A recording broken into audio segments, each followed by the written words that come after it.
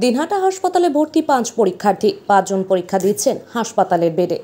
10ই ফেব্রুয়ারি থেকে রাজ্য জুড়ে শুরু হয়েছে মাধ্যমিক পরীক্ষা। কোচবিহার জেলার দিনহাটা মহকুমাতেও রয়েছে একাধিক ভেন্যু। পরীক্ষা চলাকালীন একাধিক পরীক্ষার্থী অসুস্থতার খবর রয়েছে। দিনহাটা মহকুমা হাসপাতালে বিভিন্ন স্কুলের 5 জন মাধ্যমিক পরীক্ষার্থী ভর্তি রয়েছে। দিনহাটা মহকুমা হাসপাতালে ভর্তি যে সকল পরীক্ষার্থী, তার মধ্যে 5 জন পরীক্ষা দিচ্ছেন। ঘটনার বিবরণে জানা গিয়েছে, আজ মাধ্যমিক পরীক্ষার শেষ দিনের পরীক্ষা। বিজ্ঞান বিভাগের ভৌত বিজ্ঞান পরীক্ষা রয়েছে। সেই পরীক্ষার দিন দেখা গেল দিনহাটা মহকুমা হাসপাতালের বেডে বসে 5 জন পরীক্ষার্থী পরীক্ষা দিচ্ছেন। এবছর দিনহাটা মহকুমাতে মোট সেন্টার রয়েছে 7টি, মোট ভেন্যু 26টি। প্রশাসনের নিরাপত্তার বেষ্টনীতে অনুষ্ঠিত আজ শেষ হলো 2025-এর মাধ্যমিক পরীক্ষা। আগেই পর্ষদের তরফে সমস্ত রকম নির্দেশিকা দেওয়া হয়েছে। সকাল 10:45 থেকে শুরু হয়েছিল এবছর পরীক্ষা। জানা গেছে, দিনহাটা মহকুমায় মোট পরীক্ষার্থীর সংখ্যা 7,660 জন।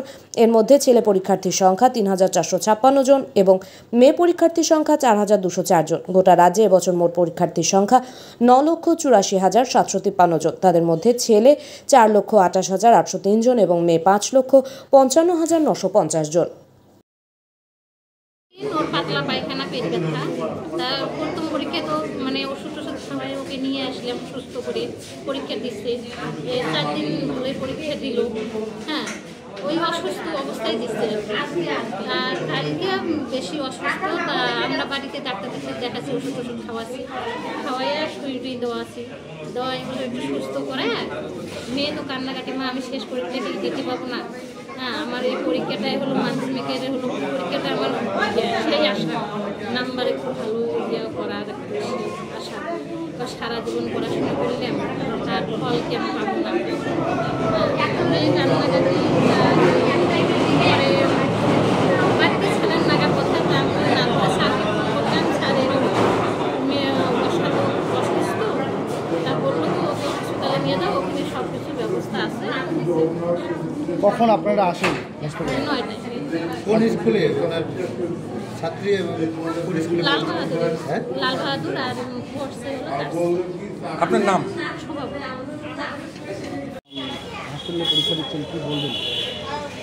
দেখুন, আসলে এই যে পরীক্ষা আজকেই আমাদের মেইন যে লাস্ট পরীক্ষা আছে ভৌতবিজ্ঞান, এরপরেও 22 তারিখে একটা পরীক্ষা রয়েছে, সেটা এডিশনাল পরীক্ষা। তো স্বাভাবিকভাবে প্রথম দিকে আমরা শুনতে পেলাম 8:30টার দিকে একজন অ্যাডমিশন হয়ে গেল, বর্ষা বর্মন। হ্যাঁ, লাল বাহাদুর শাস্ত্রী বিদ্যাপীঠের ছাত্রী, ভেন্যু পড়েছে দিনহাটা গার্লস হাই স্কুলে। আমরা সমস্ত কিছু ব্যবস্থা করলাম।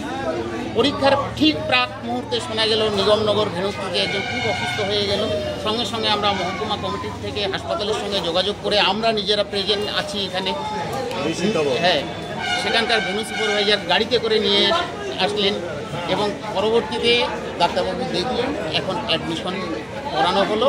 দেখা যাক, আমরা চাই সেই পরীক্ষা দিক, ভালোভাবে পাশ করুক এবং এই জন্য আমরা সবাই মিলে এখানে। কীরকম অবস্থায় রয়েছেন এখন ছাত্রীরা? বর্তমানে যে অবস্থা, তাতে একটু শ্বাসকষ্ট হচ্ছে। ডাক্তারবাবু দেখলেন, ওষুধপত্র চলছে, অক্সিজেনও চলছে। এখন দেখা যাক কী অবস্থা হয়। মোট কতজন পরীক্ষা দিচ্ছেন?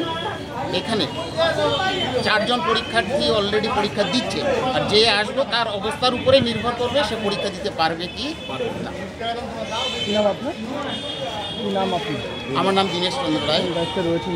হ্যাঁ, আমি MP 2025 মহকুমা কমিটি।